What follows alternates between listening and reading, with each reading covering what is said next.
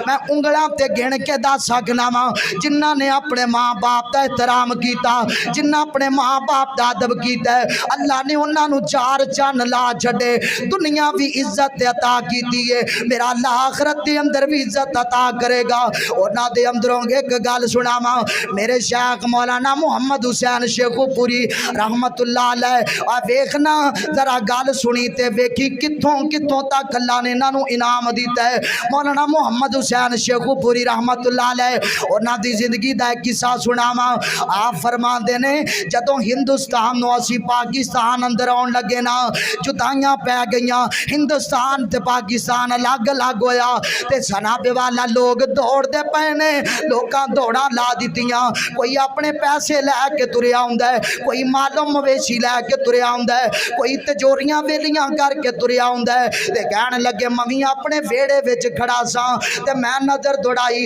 अपने घर दे अंदर, मैनू मेरा माल खड़ा भी नजर आया, मैनू मेरिया दौलतां पईयां भी नजर आईयां, हर तरह की मैनू आसाइशां पईयां घरे नजर आईयां। मैं जदों सारे पासे नजर मार लई ना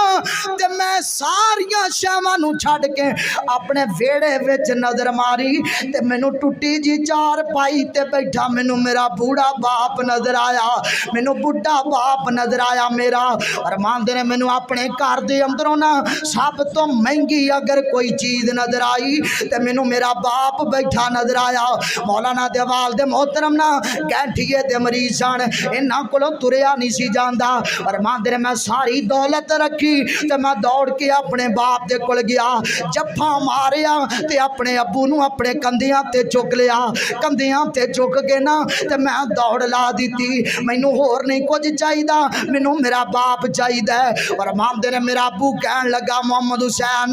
की करेगा मैं बुढ़े जे बाप दा, की करेगा मैं हड्डियां दी मुठ दा, की करेगा तू मेरा सुट मैनू ते जा अपनी जान बचा ले, जा पाकिस्तान अंदर चला जा, पता नहीं मेरी जिंदगी दे सा कोई बाकी भी है कि कोई ना, तू इन्नी दौलत अपनी इत्थे ही छड़ के चले, जा दौड़ जा अपनी दौलत लै जा, मैनू छड़ जा मुल्के पाकिस्तान अंदर चला जा। और मामदे ने मैं अपने अब्बू नू आख्या अब्बू जी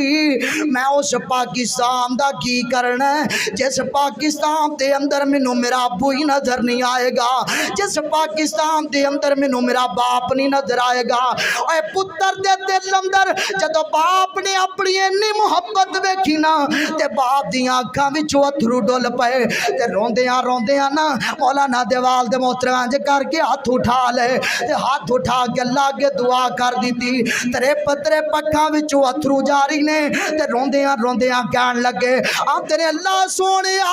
गवाह हो जाओ नीली छत वालिया, अज बाप एक अपने पुत्र दे हक अंदर दुआ करन लगे आई, अज बाप अपने पुत्र दे हक विच दुआवां मंगण लगे आई। और लोगों मैं हज़ारां ऐसे लोगों नूं जानना वा जिहड़े अज तरसदे ने अपने माँ बाप नूं, आंदे ने अज अब्बू हुंदा ना ते अज मशवरे करदे अब्बू दे नाल, अज अम्मी हुंदी ना ते अज ओहदे कोल दुआवां लैके काम करदे, अज गलतियां हुंदियां ने साडे कोलों ते लोकी साडी गलतियां दा मजाक उड़ांदे ने। अब्बू हुंदा सी ना अम्मी हुंदी सी ना, जदों गलती हुंदी ते माँ बाप साडी सलाह करदे सन, अज उन्हां तो बाद लोकी साडियां गलतियां दा भी मजाक उड़ांदे ने। आप फरमांदे ने लोगों मेरे वाल दे मोहतरम इंज कंधियां ते सवार सन मेरे ते इंज अल्लाह दे सामने हाथ उठा ले ते दुआ करके आंदे ने अल्लाह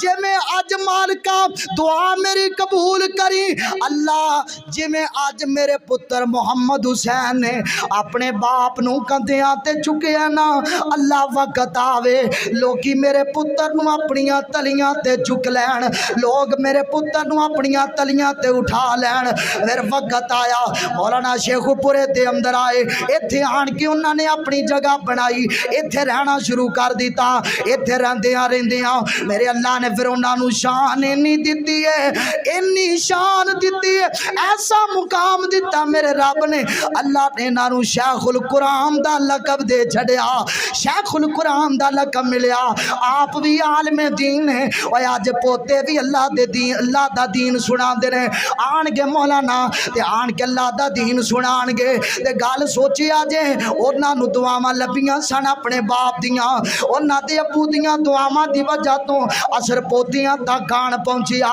पोतियां तक असर आन पहुंचिया। अगे भी अल्लाह इस सिलसिले नूं चला छड़ेगा इंशाअल्लाह।